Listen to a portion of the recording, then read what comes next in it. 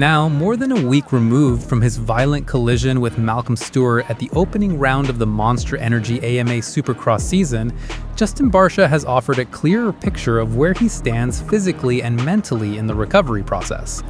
The incident at Anaheim 1 was one of the most dramatic moments of the season opener, and while initial concern focused on the severity of the crash itself, attention has now shifted toward Barcia's long-term outlook. Barsha addressed the situation directly via an Instagram story, visible for only 24 hours, where he attempted to quiet speculation circulating within the motocross media. While reiterating his strong desire to return to racing as soon as possible, he made it clear that placing a firm timetable on his comeback would be both unrealistic and irresponsible given the nature of his injuries. Accompanying a photo of himself writing, Barsha wrote, "Just wanted to give everyone an update on my return to writing, as I'm seeing speculation from the moto media. Suffering from 2 broken bones in my back and a concussion takes time. I can't put a date on it yet. I'm doing everything right with Dr. G to return ASAP." The message underscored both the seriousness of his condition and his disciplined approach to recovery. Barsha, now in his first season with the Troy Lee Designs Redbull Ducati factory racing squad, will remain sidelined for the immediate future. While his competitive instinct is clearly pushing him toward a fast return, spinal fractures and concussion symptoms leave no margin for shortcuts. Stewart, meanwhile, demonstrated his own resilience just 1 week later. Despite suffering a shoulder injury in the same Anaheim incident, he lined up in San Diego and battled through the pain to finish 10th in the 450SX main event, an impressive display of grit given the circumstances. What makes Barsha's crash particularly significant, however, is not only the outcome, but the unprecedented level of technical insight now available. For the first time following a Supercross accident, detailed sensor data has been released that allows the crash to be reconstructed with remarkable precision. What initially appeared to be a typical racing incident at Anaheim 1 is revealed, upon analysis, to be a highly complex chain of events involving extreme forces and split-second safety system intervention. The data shows that Barsha's jump initially unfolded without issue. Gyroscopic readings and acceleration values remained within normal parameters during the flight phase. There was no sign of instability, rider error, or loss of control. For a brief moment, the situation was entirely routine. That changed instantly upon mid-air contact with Stewart. Within milliseconds, rotation rates and acceleration values spiked sharply, clearly marking the moment Barsha lost control. Crucially, the crash was not initiated by ground impact, but by contact while airborne. Before Barsha ever touched the track surface, the safety system recognized abnormal motion patterns and deployed the airbag automatically. This point is critical. The airbag activated preventively while Barsha was still in the air. To spectators, this moment was nearly imperceptible. To the sensors, it was unmistakable. The first ground impact followed fractions of a second later, registering a maximum force of 27.6 G, meaning Barsha's body was subjected to nearly 28 times its own weight. To contextualize that figure, hard braking in a road car generates roughly 0.5 to 1 G. Roller coasters typically peak around 3 to 5 G.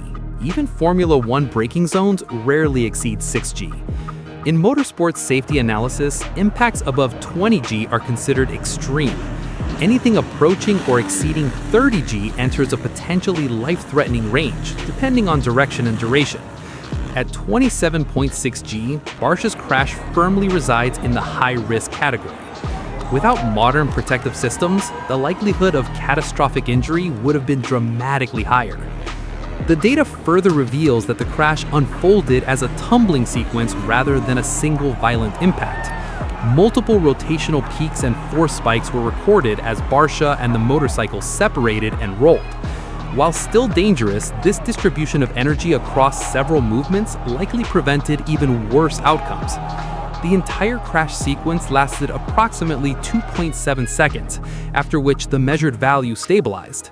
Notably, there was no secondary massive impact, no runover, and no additional danger from trailing riders. The conclusion drawn from the data is clear. This was not a rider mistake, but the result of an unfortunate and unavoidable chain of events. More broadly, it provides a rare, data-driven look at how narrow the margin is between control and disaster in modern Supercross, and how vital advanced safety technology has become in determining survivability.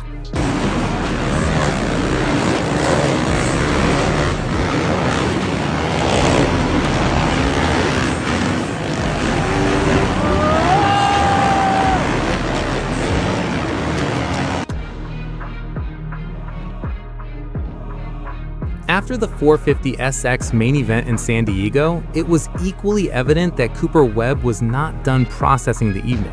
The reigning champion appeared visibly frustrated following an on-track incident with Chase Sexton, an exchange that added a new layer of tension to an already intense championship battle. Sexton's night began poorly, leaving him buried at the back of the pack after the start. True to form, he mounted an aggressive charge through the field, slicing past rider after rider with speed and commitment. Eventually, he reached Webb. On the tight San Diego layout, space was limited, and time even more so. In a right-hand corner, Sexton made his move. The attempt was decisive and uncompromising, classic Supercross racing. Contact followed. Sexton's rear wheel clipped Webb's front, sending Webb to the ground. Sexton escaped the incident uninjured and continued forward to finish fourth. Webb, however, lost momentum, positions, and rhythm in one moment. Later, Webb addressed the incident in his vlog. He explained that he saw Sexton coming and consciously allowed room, expecting a cleaner resolution. Instead, he felt he was forced wide, with no real opportunity to avoid the outcome. His commentary remained controlled, but pointed. In a subtle jab, Webb suggested that Sexton's new Kawasaki may not have been behaving particularly well in that situation. There was no emotional outburst, no theatrics, just clarity and intent. "We'll get him back," Webb stated. That calm delivery is precisely what makes the situation noteworthy. Webb is not known for dramatics, but he is known for remembering moments like these. The message was unmistakable. This was not simply filed away as a racing incident. As a result, the championship has taken on a sharper psychological edge. Beyond speed and fitness, the mental dynamic between contenders is evolving, and San Diego may be remembered as the moment that edge truly emerged.